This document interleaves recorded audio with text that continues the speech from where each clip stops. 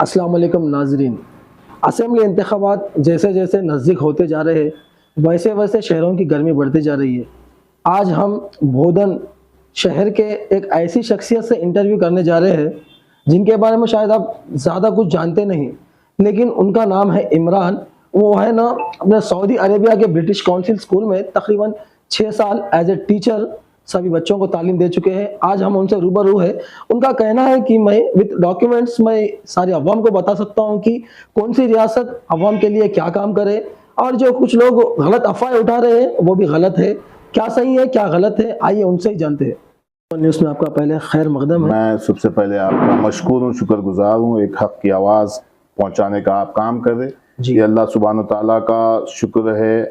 मैं एहसानमंद हूँ कि अल्लाह सुब्हान ताला ने ये इजाज़त मुझे हासिल हुआ कि मैं आवाम तक हक़ाइक़ बयान करूँ। और आपका पसंदीदा लीडर कौन है? आपका मेरा पसंदीदा लीडर शकील भाई को इसलिए चाहता हूँ, शकील भाई एक दयानतदार लीडर है। शकील भाई एक कौम परस्त इंसान है। शकील भाई दोनों तबके के लोगों को दोनों अपनी दो आंख से कैसे कह सकते हैं आप शकील भाई? यकीनन हम इंटरव्यू से तो नहीं हट रहे ना, नहीं हट रहे, इंटरव्यू में ही है। बोलिए। मैं इसलिए कह सकता हूँ शकील भाई को कि इंतखाबात आते हैं, लोग काम करते हैं, जीत हासिल करते हैं। शकील भाई को मैं पिछले 2005 when I was pass SSC I took admission in junior college. मैं उस तारीख से आज तक शकील भाई को ये देखता रहा कि अब पिछले 8-10 साल से मैं इख्तिदार पे, इससे पहले तो एमएलए भी नहीं थे ना, कोई पोस्ट नॉमिनेट पोस्ट भी नहीं था। उसके बावजूद वो एक नौजवान बोधन के गयूर मुसलमानों के लिए उठ के आता है खिदमत के जज्बे के साथ। तो बातों से तो पेट नहीं भरता, ग़िज़ाई अजनास से पेट भराता है। ईद उल फित्र के मौके पे ये वो कायद है, वो लीडर है जब इख्तिदार पे भी नहीं था। मतलब एमएलए के पोस्ट पर नहीं रहने के बावजूद भी आप कई सालों से अवामी खिदमत कर रहे हैं। मैं समझता हूँ कि 2005 से तो मैं देख रहा हूँ, जब से मैं बाशऊर हुआ, बांट रहे हैं तो किसके लिए? कौम परस्ती है ना, ये कौम के लिए। मतलब एमएलए के पोस्ट पर है कि अगर बांटे तो वो और बात है, लेकिन पोस्ट पर नहीं है बोल रहे। नहीं है कि बांटा तो ऐसे लीडर को आप नहीं चुनेंगे। अरे चलो वो जब का छोड़ दो, कोविड की महामारी में आप घर के बाहर निकले? मैं आपसे सवाल कर रहा हूं, आप मेरे से करें ना। हम लोग नहीं तो पड़ता था। आप निकले, आपके घर के बाजू वाला निकला, किसी को मदद नहीं कर सके हम निकल कर। लेकिन वैसे वक्त एक जज्बे के साथ, एक जोश के साथ उभरती किरण की तरह हमारा हर दिल अजीज ख्वाहिश शकील में बाहर निकल के उन मजलूमों को जो परेशान हाल थे, जो खाने के लिए परेशान थे, बच्चे दूध के लिए बिलक रहे थे, बच्चे बिस्किट के लिए बिलक रहे थे, अपनी जान को इस हथेली पर लेके, सर पे खिदमत का जज्बा लेकर बाहर निकल के हर वो परेशान की मदद करता है। क्या आपका फर्ज नहीं है ऐसे कायद को दोबारा चुन के लेकर आए? आज जो हमारे बीच में आके इलेक्शन में वोट मांग रहे, जो कांग्रेस पार्टी के जो लीडर का नाम क्या है, एमएलए कैंडिडेट का, सुदर्शन, हाँ वो रेड्डी साहब, मैं नहीं पहचानता। वो रेड्डी साहब जो है आज निकल के बोल रहे मुसलमान का मैं दोस्त हूं। अरे जब मुसलमान छोड़ो, आप आपकी कम्युनिटी को क्या करें? हमारा लीडर तो सालों के लिए किया। कांग्रेस के लोग बोल रहे हैं कि सुदर्शन बहुत कुछ कर रहे हैं। एक वीडियो बता दो साहब, मेरे पास हजारों वीडियो है, मैं बता नहीं करना चाह रहे वो लोग करे सो। अरे ये तो ऐसी बात हो गई, चोरी पे चोरी सीना दोरी। मैंने एन चाहिए का नहीं चेशना नहीं चपता, ये कोई बात है? आप ये भी नहीं बोल सकते ना, नहीं करे, करे भी नहीं। अरे अब बताओ, देखिए भाई, आप में से वोट मांग देना, आप मेरे लीडर है तो मेरा जमहूरी हक है आपसे सवाल करने का। मैं जब आपसे सवाल करूं तो आप जवाब देना ना। मैं आपके न्यूज चैनल के जरिए सुदर्शन रेड्डी साहब से सवाल कर रहा हूं, अगर आप कोविड पीरियड के अंदर किसी के लिए भी कोई मदद करे, क्या ग़िज़ाई इजनास पहुंचाए, आप मुझे बता दो, मैं आपको वोट डाल दूं। चलो, आपका कहना है कि वो कुछ भी मदद नहीं करे? मैं बोल रहा हूं ना साहब, मैं 1% भी मदद नहीं करे, 1% का भी 0.1 भी नहीं करे, फिर क्यों जो कुछ मुसलमान उनके साथ खड़े रह रहे हैं?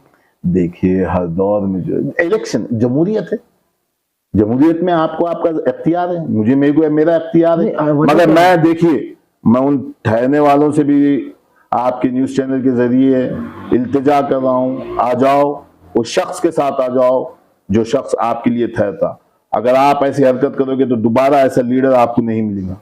मैं ये कह रहा हूं, मेरे कोई मफादात शकील आमिर साहब से नहीं है, लेकिन मैं कह रहा हूं वो शख्स के लिए कह रहा हूं जो शख्स कौम परस्त है, वो शख्स जो मेजॉरिटी के लिए सोचता है, वो शख्स जो माइनॉरिटी के लिए सोचता है, वो गवर्नमेंट जो आपकी कौम और हमारी कौम की फलाह बहबूद के लिए काम करती वो है। भोजन में जो इंतखाबात होने वाले हैं वो शख्सियत की बुनियाद पे होने वाले हैं, यानी तो पार्टी से, पार्टी कांग्रेस से टीआरएस ऐसा होने देखिए, वाला है। शख्सी बुनियाद पे तो इलेक्शन होनी चाहिए, क्यों नहीं होना चाहिए? वो शख्स के साथ इलेक्शन होना जो आपसे हाथ मिला के जो हाथ धो ले, या वो शख्स को आप वोट देंगे जो आपके सीने से सीना लगा ले?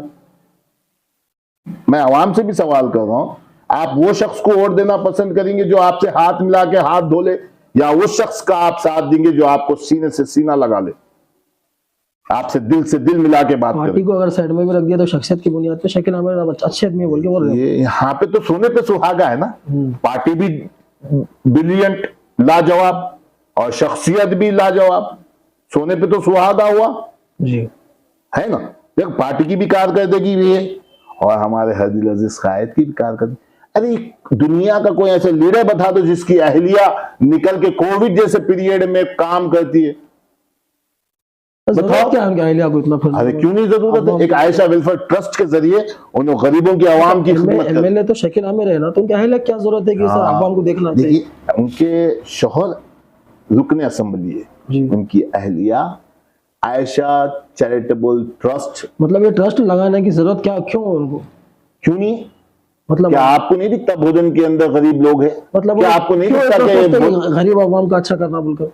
अरे यही तो उनका स्पिरिट है, यही तो उनका जज्बा है जो उनको कामयाबी की तरफ ले जा रहा, यही तो उनका जज्बा है। लोगों को देखा नहीं जा रहा। मुखालिफिन बीआरएस जो आप तनकीदें कर रही हैं, करें, हमको कोई फर्क नहीं पड़ता। इनकी तनकीदें एक दिन हमें कामयाबियों की राहों पे ले जाएगी, हम बल्कि कामयाब है। ये तो हिंदुस्तान की जमहूरियत है, इलेक्शन होना है, वरना अल्हम्दुलिल्लाह रिजल्ट आ गए, हम कामयाब है। हम लोगों के दिल में बसने वाला काम करते हैं। क्या आप बता दो, आयशा वेलफेयर ट्रस्ट के जरिए लोगों की मदद नहीं हुई? क्या वो खातून धूप में निकल के काम नहीं करती? क्या वो खातून कोविड जैसे महामारी के अंदर अपनी जान को हथेली पे लेके अपने सर पे कौम का जज्बा लेके काम करेगी? जी बिल्कुल सही कह रहे हैं आप। ये बात तो मैंने भी सुना है कि उन्होंने बहुत वर्क करते हैं लोकल में, जो करते नहीं, कर रहे हैं, बल्कि जी, even still now also she is doing. अरे मैं उनकी हिम्मत अफजाई करता हूँ, वरना ये जमाने में कौन है भाई कि भाई मेरा शोहर भी कर रहा, मैं भी करूं, मेरे बच्चे भी नहीं है। ऐसी शख्सियत को तो हम साथ देना चाहिए ना। जी, नहीं देना चाहिए। ऐसी शख्सियत को दोबारा बसर इख्तिदार पे लाना हमारा ईमानी फरीजा है। मैं तो यही कहूंगा, अगर मैं उनकी जात से, अगर उनके इख्तिदार से फायदा उठाया हूं, इस्तेफायदा उठाया हूं, तो it's my responsibility be to vote BRS party, a secular party. आप बताओ 2006 में दुर्गा फसाद हुआ था, कौन था बसर इख्तिदार पे? कौन, किसको ठहरा करना चाहिए? अरे कौन था? मैं आपसे सवाल करूं, 2006 में in the year of 2006 P Sudarshan Reddy was a MLA of Bodhan constituency. जी, from that day to till ये फसादात की अहम वजह उनको ही ठहरा रहे हैं। आप इख्तिदार पे है, आपको नहीं तो मुझे ठहराएंगे। मैं घर में बैठने वाले को आप मुझे बोलेंगे कि आप फसाद करें, या इख्तिदार पे ऐसे वाले को बोलेंगे आप? ये बहुत दर्दनाक फसादात थे वो। यकीनन मैं उस वक्त बिल्कुल इंटरमीडिएट का स्टूडेंट था। जी, फसाद वहां पे होता, पुलिस का जुल्म यहाँ पे होता। अच्छा, ये समझ में नहीं आ रहा कि फसादात आचनपल्ली में हो रहे हैं या पर लाठीचार्ज रकासपेट में हो मैं रहे हैं। यही तो पूछ रहा हूं ना, मैं यही हाजिर का इंटरव्यू माय कर रहा क्वेश्चन हूँ। Also same sir. मेरा भी यही सवाल है कि क्यों सुदर्शन रेड्डी साहब को जब मुसलमानों से मोहब्बत नजर नहीं आई, वहां फसाद होता, यहां लाठीचार्ज होता? क्यों माइनॉरिटी एरियाज में जो फसाद के वो होता, वहां फसाद हुआ? आपको चाहिए था वहां पे आप लॉ एंड ऑर्डर को कंट्रोल करें। मतलब कुछ रिजल्ट बल्कि यहाँ के कुछ क्या रिजल्ट रिजल्ट होगा ना, क्या मतलब कि रिजल्ट जो था? आवाम अनकंट्रोल हो रही थी कहां? रकासपेट में। अरे साहब, पुलिस के सामने कौन ठहरता है बताओ आप? तो सारे मुसलमान ही थे क्या जिसके ऊपर इन्होंने हमला करने लगा? यकीनन यहाँ पे सबसे ज्यादा तादाद किसकी है? मेरी है, जी, मेरी नहीं। फिर क्यों समझ मेरे नहीं आ पे रहा? जुल्म हुआ, मैं उस जुल्म का शिकार हुआ भाई। आप पर भी हुआ जुल्म? यकीनन हुआ।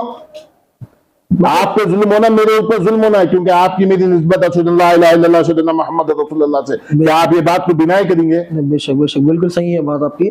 मतलब आपको किस तरह का जुल्म हुआ उस वक्त? मतलब लाठीचार्ज करे यानी तो क्या हुआ? लाठीचार्ज हुआ, इस कौम के गरीब नौजवानों का मुस्तकबिल खराब करने का काम हुआ, जेलों में भरा गया। तकरीबन कितने लोगों को जेल में डाला? मेरे पास एग्जैक्ट डाटा नहीं है, अगर आप चाह रहे तो मैं निकाल के दे देता हूँ। जी, मतलब आपके जो अल्फाज है बेबुनियाद तो नहीं है ना कि आप बस बोल दे रहे हैं इंटरव्यू के जरिए से? मैं क्यों, मैं आपको बार मेरे इंटरव्यू स्टार्टिंग में भी मैं आपको यही बोला कि अगर मेरे पास से किसी किस्म का प्रूफ लेना चाह रहा, I am here and I am ready to provide the proofs. मैं यहाँ पे आपके सामने ये सबूत के साथ कह सकते हैं आप ये 2006 में जो फसादात हुए ये सुदर्शन रेड्डी कराए बोलकर आप वो सबूत के साथ बोल सकते देखिए उस टाइम पे इख्तिदार पे कौन थे? जी। इख्तिदार पे आप एमएलए थे। अगर सुदर्शन रेड्डी साहब ये बात को डिनाई कर रहे तो मैं यहाँ पे यही बात कहूंगा, अगर सुदर्शन रेड्डी साहब ये कह रहे कि मैं उस वक्त पुलिस को कंट्रोल नहीं कर सका, तो भोदन की आवाम को ऐसे कायद की जरूरत नहीं है जिसको पुलिस भी नहीं सुनती। जी। अगर सुदर्शन रेड्डी साहब ये बात कर रहे, अगर डिनाई कर रहे कि मैं कोई इन्वॉल्वमेंट नहीं है, उस टाइम पुलिस नहीं सुनी, तो मैं यही कहूंगा कि ऐसे लीडर की भी जरूरत नहीं जिससे पुलिस ही नहीं। क्या भूल जाएगी वो 2006 के वाकये को भोदन के अवाम? मैं जब तक अल्लाह मुझे इस रूए जमीन पे रखा, जब तक मेरे सांस के अंदर सांस है, मैं उस दर्दनाक वाकये को नहीं भूलूंगा। ये तो अल्लाह सुब्हान व तआला का शुक्र और एहसान है कि हमारी जानें नहीं गई। ये वही सुदर्शन रेड्डी साहब है जो हमारी लाशों पर सियासत करने का काम करे। क्या भोदन के अवाम को मालूम नहीं है? क्यों नहीं है? बराबर मालूम है। मालूम है, उसका जवाब भी तो देखिए, मालूम है उसका जवाब भी भोदन की आवाम उनको दे चुकी है और दोबारा भी उनको जवाब दे देंगे। ये मत समझिए कि भोदन की आवाम भूल जाएगी। भोदन के मुसलमान गयूर मुसलमान है, दयानतदार मुसलमान है, ईमानदार कौम है हमारी। आप बताइए पूरे भोदन के अंदर कोई ऐसा है जिसको बीआरएस गवर्नमेंट से इससे फायदा नहीं हो? सही बात है आपकी, बिल्कुल सही बात है। देखिए देखिए हमारी हुकूमत के अंदर एक जो स्कीमात है यकीनन थोड़े लोगों को नहीं पहुंचे, थोड़ों को पहुंचे। हम और दोबारा इख्तिदार पेंगे, जिसको नहीं पहुंचे हम उनको पहुंचाएंगे। क्या आज केसीआर और शकील भाई एक भाई की हैसियत से, एक मामू की हैसियत से, एक फूफा की हैसियत से कल्याण लक्ष्मी के जरिए, शादी मुबारक के जरिए लोगों की खुशियों में शामिल नहीं है? जी। मेरे पास डाटा है, we will be discuss on that. जी। और इमरान भाई आप जो कहते हैं कि कांग्रेस गवर्नमेंट में तकरीबन ऐसे कायद भी है कि वो लोग सिर्फ अपने फायदे के मफाद के लिए इलेक्शन लड़ रहे हैं। यकीनन देखिए आज जो है मैं कांग्रेस गवर्नमेंट आज जो माइनॉरिटी डिक्लेरेशन लेकर आई जी, तो मैं उन कांग्रेसियों से मेरा सवाल है, आपकी हुकूमत राजस्थान में भी है, ये बता दो कि राजस्थान स्टेट के अंदर कितने लाख मुसलमान हैं और वहां का माइनॉरिटी बजट कितना है? फिर कर्नाटक में तो अच्छा कर रहे हैं बोलकर बोल रहे ना वो लोग। मैं आपको बता रहा हूँ, ये कर्नाटका के चीफ मिनिस्टर साहब जो है हमारे हरदिल अजीज कायद, वो वजीर आला को जो है रिक्वेस्ट लेटर भेजते कि आपकी रियासत से हमारी रियासत को धान दो उधार बोल के। मैं बताता हूँ आप, मैं गलत बोलूंगा मतलब तो उन्होंने लेटर लिखे कि तेलंगाना रियासत को हमको धान चाहिए। अरे यकीनन लिखे, मैं आपको बताता हूँ ना सर। जी। मैं आपको बोला था, याद होगा, ये महाराष्ट्र के लोग हैं जो 40 विलेजेस है, आप बताइए तेलंगाना में शामिल होना क्यों शामिल होना चाह रहे? మహారాష్ట్ర సరిహద్దు గ్రామాల వినతి 40 గ్రామాల సర్పంచులు ప్రజాప్రతినిధులు ఆందోళన ధర్మాబాద్ పంచాయతీ కార్యాలయం ఎదుట నిరసన ఆందోళనకు బీజేపీ శివసేన నాయకుల నేతృత్వం తెలంగాణ ప్రభుత్వ పథకాలపై ఆకర్షణమే కారణం। ये तो हमारी कामयाबी है। जी। अब ये बात भी कांग्रेस डिनाई करेंगी? नहीं यकीनन सही है, तेलंगाना रियासत में हो रहे से मैं आपको और मैं देखिए आज कर्नाटक का जो इशू बोल रहे हैं आप वो समझ में नहीं आ रहा है। क्या, कौन सा जो बोल रहे कि यहाँ के रियासत के सीएम को पूछे कि धान चाहिए। आप ये पढ़िए आप। కర్ణాటకలో అన్న బ్యాగ్ స్కీమ్ కోసం తెలంగాణ బియ్యం కాంగ్రెస్ ప్రభుత్వం అధికారంలోకి వచ్చేందుకు కర్ణాటకలో పండుతున్న వరి ఎంతో కనీస అవగాహన లేకుండా అన్న భాగ్య స్కీమ్ హామీ ఇచ్చింది। ఆ పథకం అమలు చేయడానికి 2 నెలలుగా తెలంగాణ వంటి పక్క రాష్ట్రాలను సహాయం కోరుతూ వచ్చింది। చివరగా బియ్యం ఇవ్వడానికి తెలంగాణ छत्तीसगढ़ राष्ट्राలు ముందుకు వచ్చాయి। मतलब वो लोग, ये मैं नहीं बोल रहा हूँ ना, आप बोलिए, ये मेरे अल्फाज है, ये ट्विटर के है, देखिए तेलुगु, मैं नहीं बोल रहा हूँ ना। ये देखिए यही chief minister of Karnataka Congress है।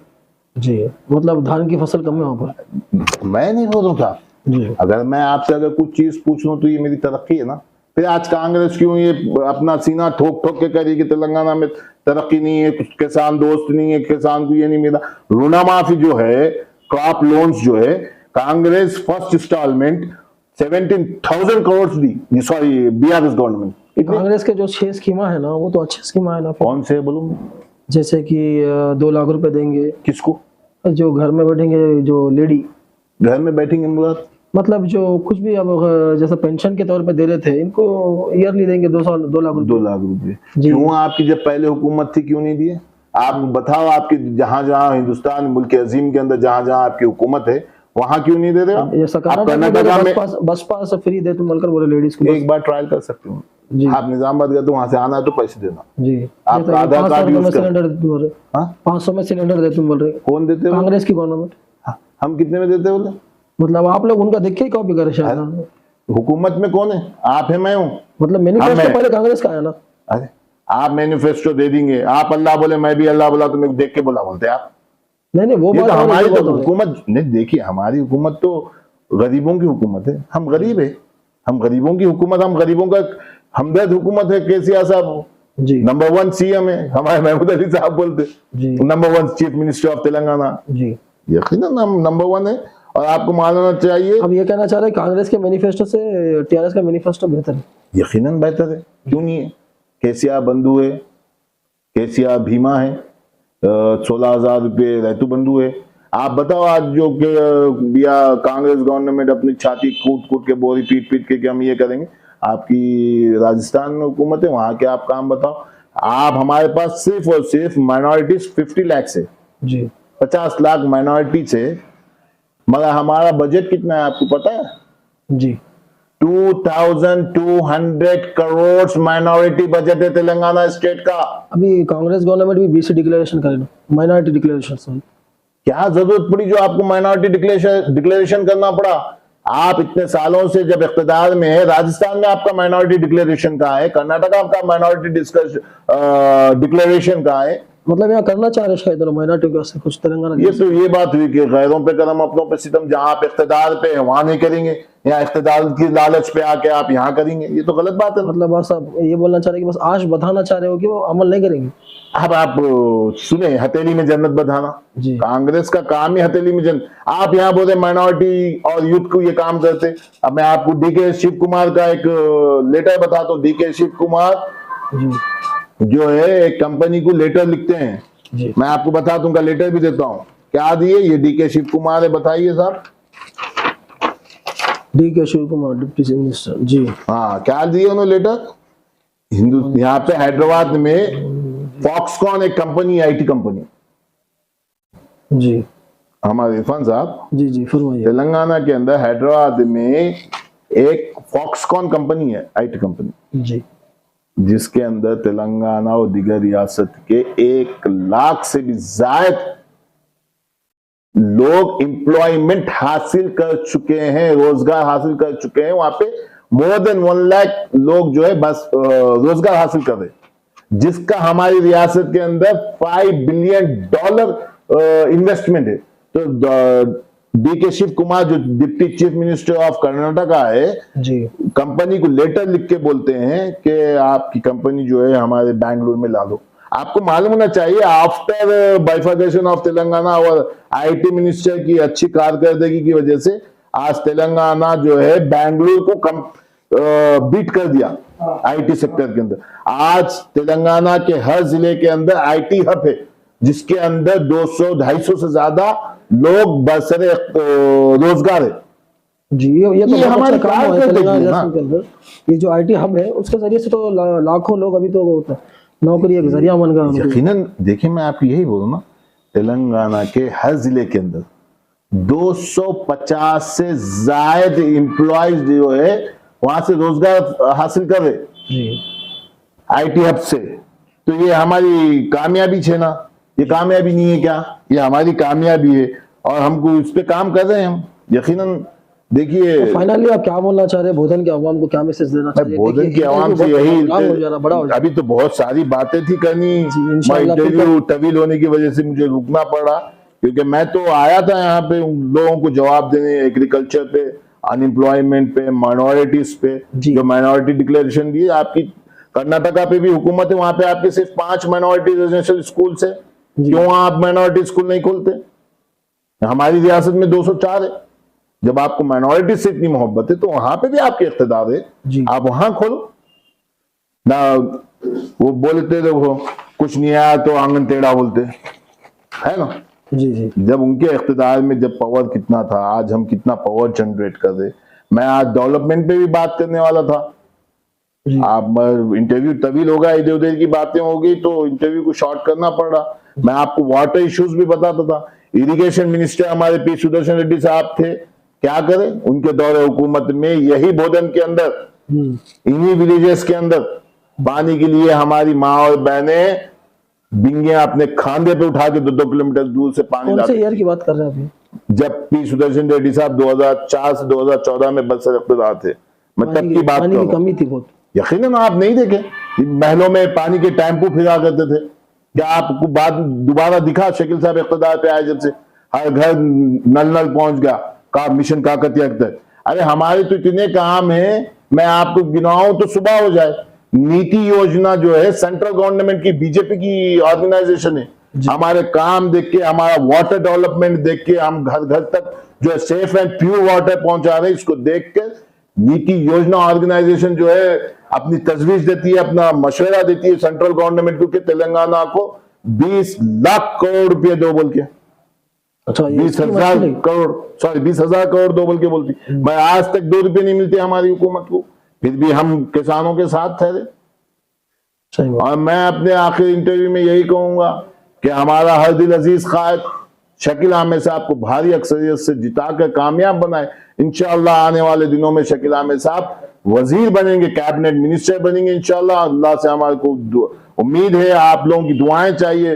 और मैं अपनी पर्दानशीन माँ और बहनों से कहूंगा कि ये मुखालिफिन BRS की बातों में ना आते हुए एहतियात का मुजाहरा करे, दोबारा शकील अहमद साहब के हक में इस्तेमाल, अपने वोट का इस्तेमाल करे, भारी मेजोरिटी से जिताए। और जिताना भी चाहिए जी।